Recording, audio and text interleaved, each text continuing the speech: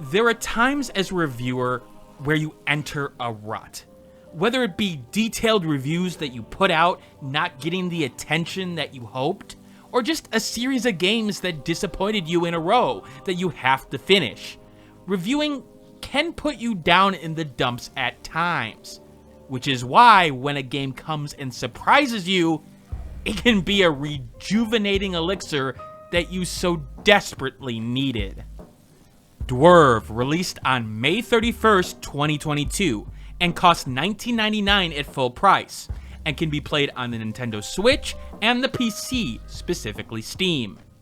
It takes the structure of a dungeon-crawling adventure game and merges tower defense mechanics as the main form of combat, leading you to throw down ballistas, cannons, and even large comical boxing gloves to deal with a variety of trolls and creatures.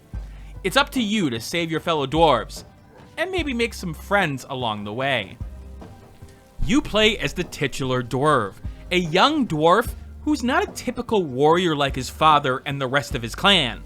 He's more of an explorer and tinkerer, and has a troubled past thanks to the disappearance of his mother. At the start of the game, he's exploring the Forbidden Woods, which should give you a hint of whether or not he should be there. He's knocked out and awakens to what ends up being an attack on his village. He finds out that it's trolls, who were long thought to be legend, and worse, they aren't supposed to be able to survive in the sunlight, but lo and behold, they seem to be doing just fine. Chaos erupts, and the trolls, they scatter, but what follows is the clan leader thinks Dwerve's father is a traitor, and it comes down to Dwerve to prove what's going on, and save his people, and maybe the whole world. So, Dwerve isn't exactly a fighter, but his grandfather reveals that he can fight in a different way, like his ancestors, by building turrets. These turrets are powered by power stones, and each turret costs a specific amount, usually 1 or 2 stones. You start the game with 4 stones, but will get a few more along the way through certain set pieces. As you make your way through the game, you'll run across an area that will automatically close itself off when you hit a certain point, and enemy huts will spawn and dump enemies over a period of time, which you will need to hold off with the aforementioned turrets. These turrets come in a variety, from a melee-focused spin blade turret that deals damage over time, to a scattershot turret that throws out pellets that focus on knockback. There was a good mixture here, some traps, some flamethrowers, AoE effective ones, and some very specific ones. Andrea's favorite is definitely the punching glove, which pushes enemies back, like a good old kick from Assassin's Creed Odyssey. Your job is to kill all the enemies and stay alive, survive the waves, like any other tower defense. Now, you may hear tower defense, and assume that you're not involved in the battle as Dwerve, but that's not the case. You know how in normal tower defense, you're defending some central location, like a power core or something? In most cases in this game, you're the power core. The thing is, you yourself don't have a lot of attack abilities. You can help out with some damage with a boomerang if you stand still, and some damage with a stamina using a dash. But other than that, you're a sitting duck. So you'll be running around hoping to avoid damage left and right, or strategically placing yourself between your turrets so that enemies trying to get to you have to go through them in order to get to you. Turrets, of course, have health, and enemies that reach it or are able to fire upon it via range can destroy it. You can also destroy turrets at the drop of the hat by looking at them and hitting the right trigger if you're playing with a controller, and immediately get back the resources right away to build a new turret if needed. It should be noted, though, that there's no cooldown on building turrets. You can destroy, build, pretty much right away. Now, some of you may be like, wait, you can instantly recall and there's no cooldown on build? How is that balanced? You could regenerate the health of a turret just like a snap. Well, it's because of the game's speed. Unlike traditional tower defense games, there isn't build phases and active phases per se. Sure, you get a little bit of time at the start to see what you're facing, and you can build during this time. But after that, everything is relatively active. With that said, there is a build time for the turret to actually go up and be functioning, and during that time, the turret can still be damaged. If enemies are on top of you or the turret may get hit or two in some cases, but most likely it will take some form of damage if not get destroyed. You have to be careful about how you put your resources out, especially if you're trying to run away from a huge bunch of trolls. That speed helps to balance things from a difficulty standpoint, and leads to the game's first real big strength, the balance of its difficulty and game design. I know I can sound like a broken record at times on this channel, but some of the most fascinating game designs to me, and some of the hardest to pull off, is several mechanics working in lockstep, where one mechanic, maybe having a weakness or two, can work with another to cover that weakness and push the game farther. That's what Dwerve does fantastically. Take the enemy AI. The AI isn't the smartest here. You can fool it at times running back and forth between a hazard, and it'll try to find the path easiest to get to you, but it makes up for it with the overall level design, using corners and long pathways well, so you can exploit it on a regular basis with the addition of the numbers of enemies that come from multiple directions. It hides the weakness of the AI in most cases, as you won't be able to normally take advantage of that one stuck enemy because you got another to deal with, and you just don't have the time to mess with that. Funny enough, even when I thought I had come up with strategies to deal with the more basic AI in gameplay, like surrounding myself in the corner with the spin blade turrets because they don't hurt me, the game would then seemingly introduce an enemy, like a poison gas enemy, that would take that away from me. The pacing of the mechanics in this game was also fantastic, just introducing things to keep it fresh with new enemies, locations, and turret types. Even on normal difficulty, the game understands how to put pressure on the player without leaving them completely helpless, and makes things fun in the process. For me, I played on the normal difficulty, and there was only one place where the game really spiked in difficulty in my opinion, and that one took many attempts. But most of the time, it took about 1 to 5 attempts, and that's a good number. Not necessarily getting to a frustrating number, but I was learning. I was taking a little bit of information in at a time and realizing, oh, I looked at that wrong. Seeing a bunch of trolls tear down a turret that you put up and being right next to you, having you run around in panic trying to find the right solution to take down a giant troll or giant bats, is enthralling. Seeing a plan come together, however, is also ego boosting in this game. Knowing that you picked the right turret as it pulls a troll into a pit, for example, it can give you the biggest Cheshire shit-eating grin.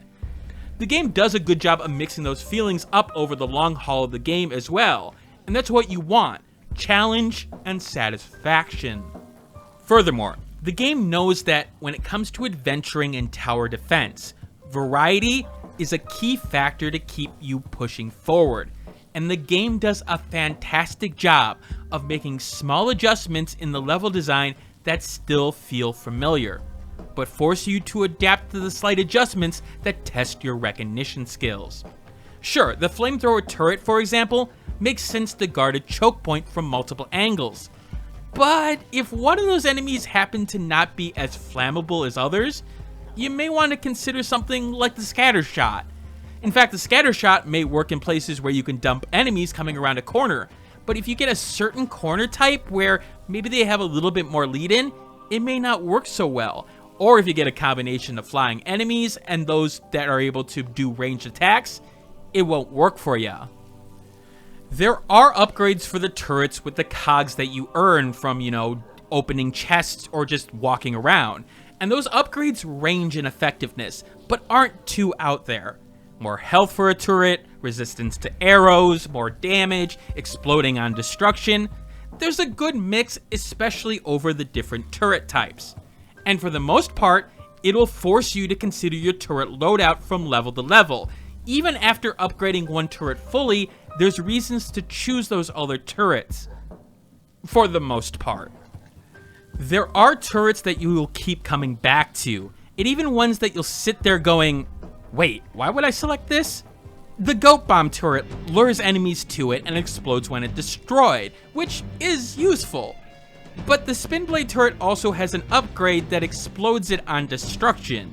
Sure, the Goat Bomb may be more damaging and may lure different enemies over, but for the most part, the Spin Blade turret was just fine, and quite frankly, with the other 3 turret slots, there was probably a better turret to choose for other functionality, like ranged attacks or slowing and stunning enemies that made more sense.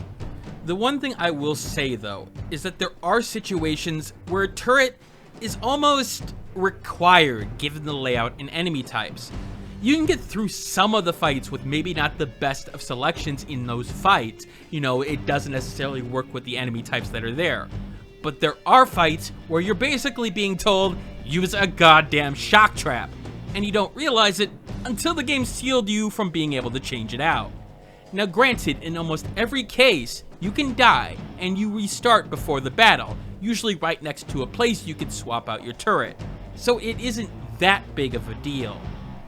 I will say that bosses don't do the greatest job of correctly challenging your skills, but do provide a good change of pace and a little bit more chaos to the overall structure.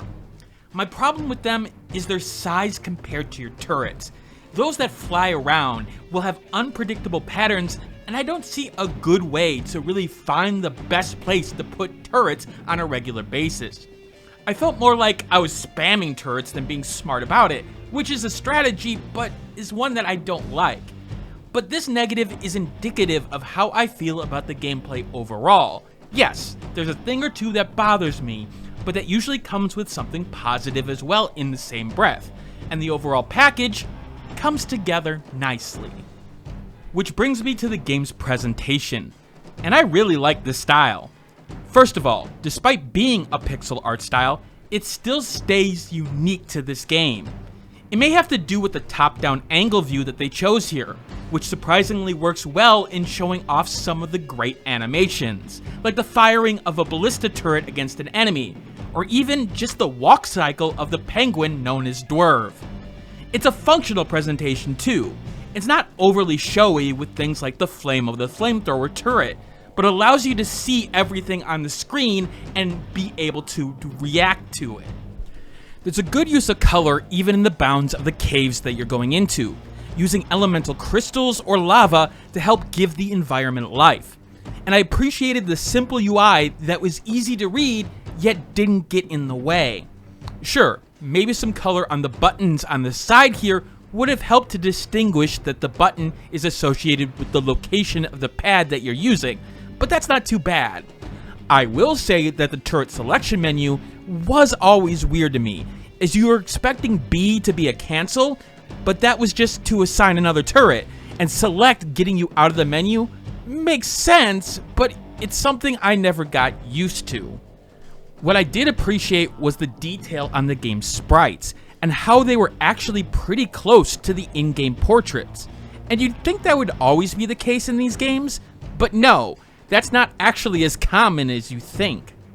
The hair coming out of the hood of Slaw was a good example of this. It would have been easy to just give the character a dark hooded look, but that extra flair helped sell the pixel artwork and a thought out world. I actually love a lot of the character designs in this game. They tell a lot of tales without having to explicitly tell a story, and that's what you want out of these types of designs. As for the sound design, it's reasonable here, with a couple of things that off-put me. In-game sounds are great, especially in gameplay. Things like the flame of the flamethrower and the pitter-patter of your walking come across clearly, and you could still tell some of it apart when multiple things are happening at once, but not when too much is happening, which is great to help sell chaos in the game. The pullback of a ballista and firing is soothing in a really unexpected way. It's calming in a sense. And while you don't need this sound to play, you can definitely play without it. It actually does a lot to engulf you in the experience, and frankly, I was surprised by it. It's not that I didn't expect good sound design, I just didn't expect it to improve the experience as much as it did. With one exception. I get that the whole mumbling and noises during cutscenes is normal for small indie games that may not be able to afford voice actors or such. But there was something about this game's mumbling and grunts and groans that really made me laugh in a bad way. Like, it didn't necessarily fit the characters at times, or made them sound really dorky. And that's a statement coming from me. Sure, there's ones that are okay, but for the overall sound design, take a listen and you'll hear what I'm talking about.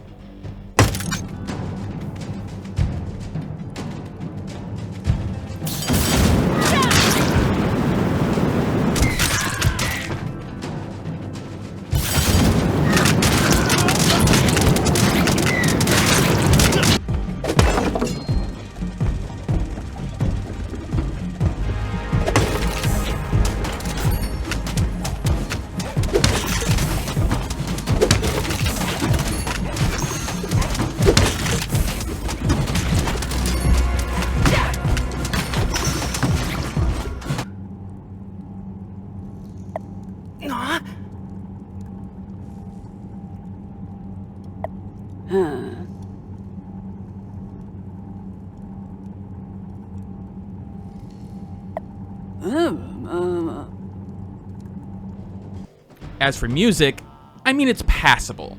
I mean, you get haunting melodies in the caves, and good action sequences have good action music that are paired up with it. But it's funny, when I went to write this review, I completely forgot about the music as a whole. Nothing really stood out.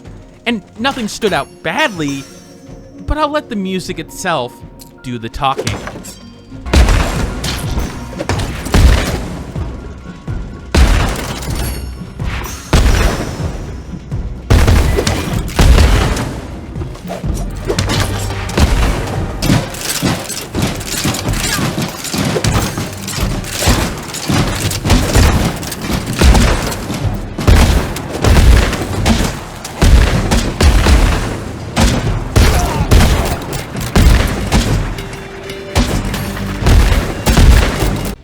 Lastly, let me touch on the story. While the story in tower defense type games isn't usually a highlight, I did love the fantasy take that Dwerve took, and it's a fun series of characters that I would love to see more in the future of. Characters like Fub, the big tortoise, obsessed with body and facial hair and materials of the world? Great! Or the friendly troll Blabomir, who was my favorite character from both a design and a personality perspective. Each of the characters in the story are needed to show the overall sides of the conflict at the core, and all stand out in their own way. Now, is the story doing anything you haven't seen before? No. This is the typical hero coming of age, rebelling against the traditions of the current tribe that he's in, going against the preconceptions of the world to overcome a huge crisis. I mean, you're not going to be surprised here if you've played any fantasy game. I mean, even the twists that are set up are pretty obvious to see coming from a mile away. When I was streaming the first 2 hours of this game, I do that over on Twitch, I called one of them almost 15 minutes into the story. That doesn't mean it's bad, however. The writing does support the themes of growth of Dwerve's character as he becomes someone that the rest of the characters rely on, without giving him too much of a hero complex in the process.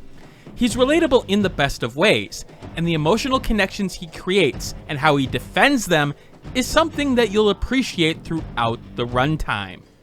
We all could use a friend like Dwerve. In the end though, Dwerve, the game, not the character himself, is a great twist on the tower defense genre, mixed in with 2D adventuring elements, so much so that it ends up standing out against a lot of the games out there. That's the thing, the speed of this combat combined with the tower defense leads to chaos, yet controlled chaos, rewarding you for smart play while not harshly killing you for making bad choices, up until the last fourth of the game. The detail put into the sound design and presentation complements the gameplay fantastically, and the pace of the game even over 8 to 10 hours of playing, was almost perfect. Yet, there are blemishes here and there, but they all feel so dull compared to the package that I played. A package that many of you probably haven't seen before. Because of its uniqueness and its quality, Dwerve is most assuredly a solid buy, even at full price, coming in at an 88 out of 100. But that doesn't take into account my enhancer system, which takes the more subjective elements of games and tries to match the game with you. If you fall into one of the following categories on screen, add or subtract that score to the main score. If the first digit of your score changes, refer to this chart to see if the game lies in the buyability rating for you. Now, tower defense is always going to be a genre that certain people are going to love, but I will admit with Dwerve, because of its speed, even those players are going to like it, but those players that may not, may still want to try it, because it's so unique and so different that strategy is at the forefront, and yet it isn't slow-paced. Coming up next on the channel, honestly, I don't know. The fact is that my normal procedure of looking for games that are upcoming, requesting a key, and trying to get a game review out for the release of the game isn't working. People aren't responding, and that's been getting worse and worse over the last 6 months, but in particular in the last 2 or 3 months, it has been absolutely dire. And I'm not even talking about games that are the mid-level indie category, you know, publishers that are considered indie but aren't necessarily that big. I'm talking about even the smallest of indie games, the ones that are created by 1 or 2 people, not even getting responses from that. And unfortunately, for the type of games that I cover on this channel, that's rather important. The fact is, the Steam review that I do and that first day review makes a huge difference in getting eyes on the game.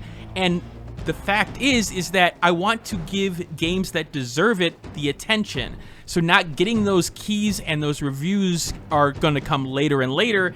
It hurts. It hurts in terms of not necessarily the quality of my work, but the eyes that I can get on it.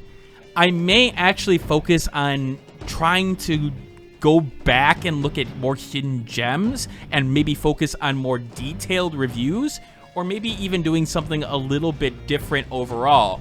But I will admit to you all that my thoughts on the actual review system and YouTube in general, they're down right now. I do think I provide some good information to people who are trying to buy games, but it is starting to wear on me after so many years of putting, you know, the attention and the detail into this channel, and I don't necessarily think it has returned it at times. Anyway, I do stream over at Twitch 2 to 3 times a week, do indie games. I just finished Yakuza 0, so I will probably be doing more backlog stuff, especially on Fridays. And if you want to add some comments to this review, tell me how I did, leave them below. Like and subscribe and all that jazz. And I have a Discord in the description that you can join and ask me questions about pretty much anything. Anyway, this is Dragnix signing out. And as always, keep on gaming.